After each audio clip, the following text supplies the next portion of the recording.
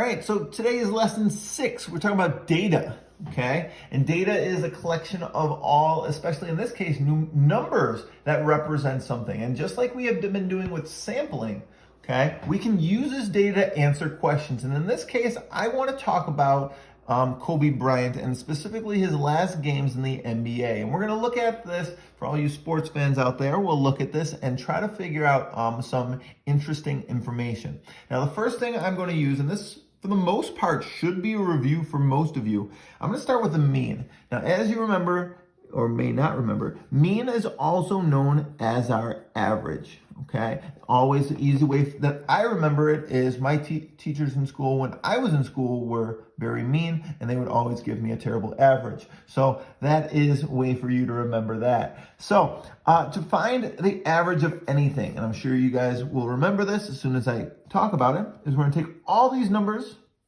and we're going to add them all together. So what we have here is we are going to find the sum of all numbers.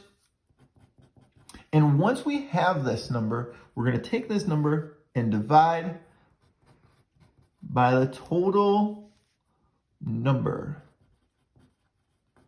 of numbers. Really weird there. How many we have. So I'm going to start by doing this very quickly. I'll type it in my calculator. 60 plus 13 plus 35, and just take all those numbers right there, add them together. Oops, that was embarrassing.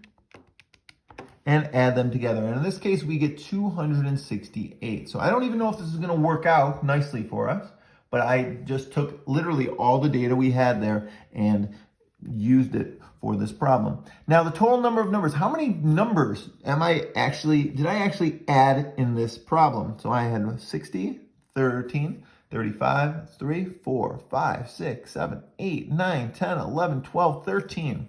13 different numbers. So the last step I'm going to do here is take these two numbers and divide them. And in this case, we get an answer of 20.615. I'm just going to round it right here to 20.6. And this is my average points per game that he had in the last games when he played in the NBA. Now, we have a couple more ways to look at data. Now, this is one that I usually use in the classroom where I say, hey, the class average was a 65 or a 70 or whatever it is. Now, we also can look at this as the median. And the median is the number in the middle. Okay, median, middle, they sound very similar. So I want to look at the number in the middle. Now, it would not be good for me to actually just say 1, 2, 3, 4, 5, 6, 7. 34 must be the number in the middle because 34 actually, looking at most of these right here, 34 is definitely one of the bigger numbers.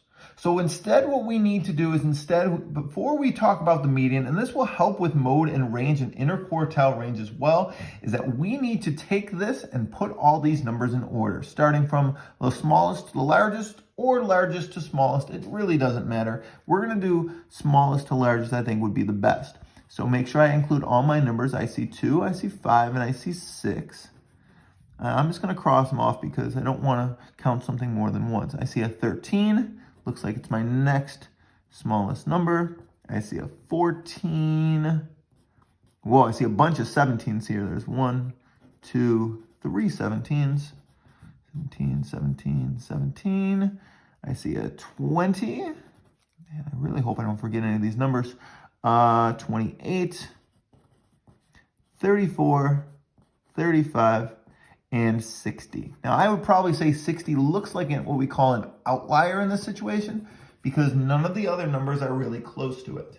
Usually in a set of data, if we have one number that's very far away from the others, we call that my outlier.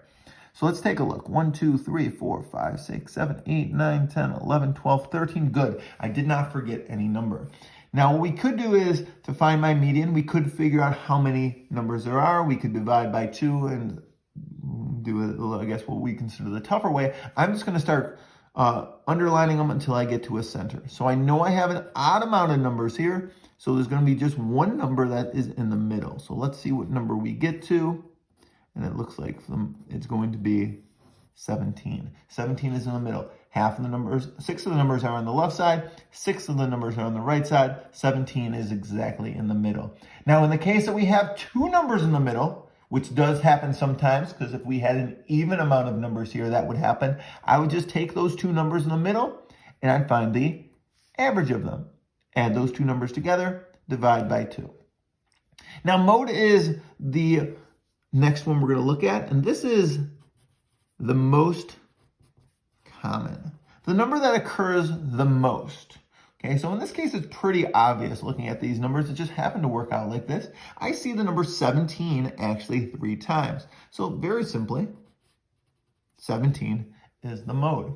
Now the range is another one that's very simple here to figure out. To find the range, it's basically saying how spread apart are these numbers. So the numbers go all the way from 2 to 60. So my goal here is to take the largest number and subtract the smallest. So I'm going to take 60 and subtract 2. So the range of these numbers is 58. Sometimes I will use this as well when I'm talking about your guys' quiz and say, wow, the range was 90. That's not very good. That means someone, my best grade, beat the lowest grade by 90 points. That would be really bad, okay? Now, the last one I have here is interquartile range, and this is the one that always gives people the most trouble. So range, as we already talked about, is taking the largest and subtracting the smallest. So interquartile ranges, I'm actually not going to just use the numbers that are the largest and the smallest. I'm going to actually split this thing up into fourths, okay, which sounds kind of difficult. So let me just rewrite these numbers real quick in order. And we'll talk about how to split this up into fourths.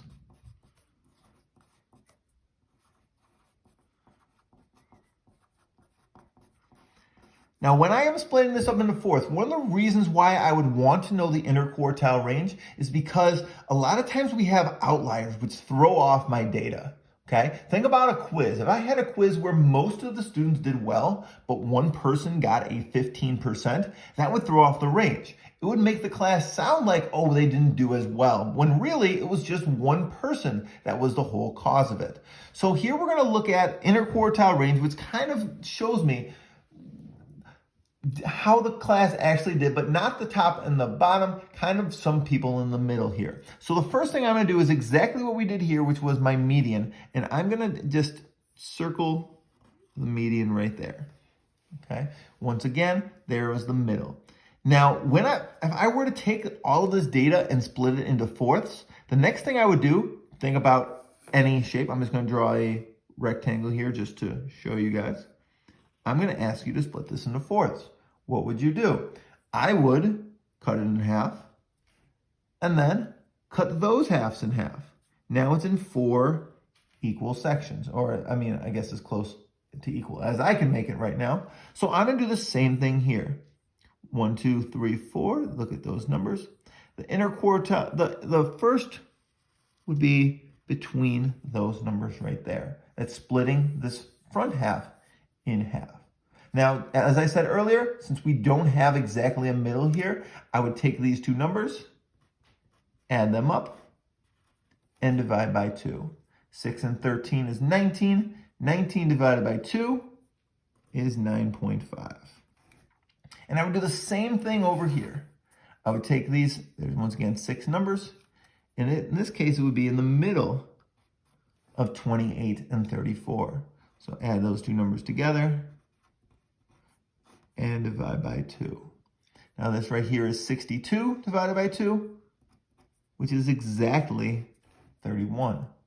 So I would take these last two, I'd take them and I would subtract them, and my interquartile range, 31 minus 9.5. Well, I better write this in just in case I don't want to mess this up. 5 gives me, oh boy, that was bad. Yikes. Hopefully you guys didn't see that. There we go. 21.5 is my interquartile range. Now, if you see this, I like to just put IQR. Okay. And although I don't believe I'm going to ask any questions about it today, we're going to see a lot more when we do box plots in a couple days. So take a look. If you have any questions, feel free to leave it in the comments. And you guys have, I believe, one to try on your own. So good luck.